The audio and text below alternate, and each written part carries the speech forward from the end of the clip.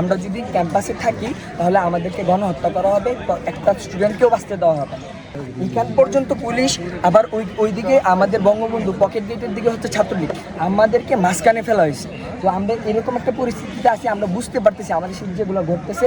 আমরা যদি ক্যাম্পাসে থাকি তাহলে আমাদেরকে গণহত্যা করা হবে, একটা স্টুডেন্টকেও বাঁচতে দেওয়া হবে।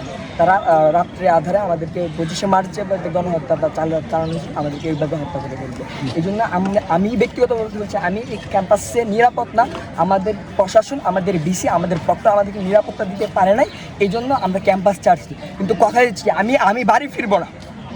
আমি আমার ভাইদের আমি আমার শহীদ ভাইদের রক্তের সাথে বেইমানি করব না। এই ক্যাম্পাস ছেড়ে আমি বাড়িতে যেতে পারবো না, বাড়িতে আমি থাকতে পারবো না। আমি ঢাকা শহরে কোথাও থাকবো, কিন্তু এই ক্যাম্পাসে আমি নিরাপদ না। আমাদেরকে বিসি নিরাপত্তা দিতে পারে নাই, প্রক্টর নিরাপত্তা দিতে পারে নাই, এই জন্য ক্যাম্পাসটা ছেড়ে দিচ্ছি। ঢাকা বিশ্ববিদ্যালয়টা ছেড়ে দিচ্ছি। অনেক স্বপ্ন নিয়ে, অনেক গর্ব নিয়ে ঢাকা বিশ্ববিদ্যালয়ে আমরা এসেছিলাম প্রত্যেকটা ছাত্র।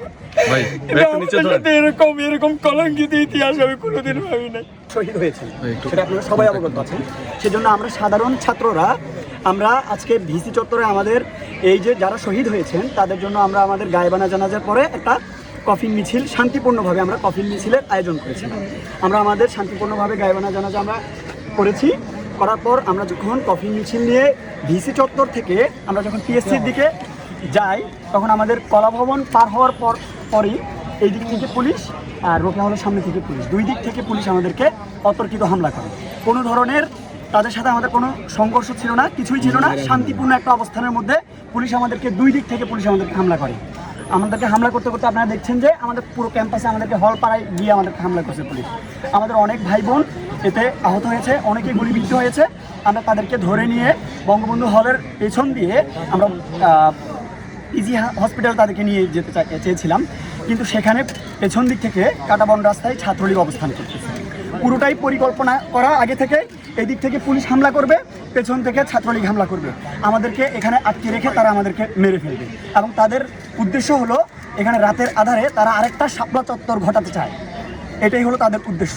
তাই আমাদের প্রশাসনও আমাদেরকে কোনো নিশ্চয়তা দিতে পারছে না। আমাদের ভিসি কি করছে সেটা আপনারা জানেন, নির্লজ্জ ভিসি কি করছে সেটা আপনারা জানেন। ভিসি চুপ মেরে, ভিসি আমাদেরকে এই পুলিশ লাগিয়ে দিয়েছে আমাদের বিরুদ্ধে। ভিসি চুপ করে বসে আছে।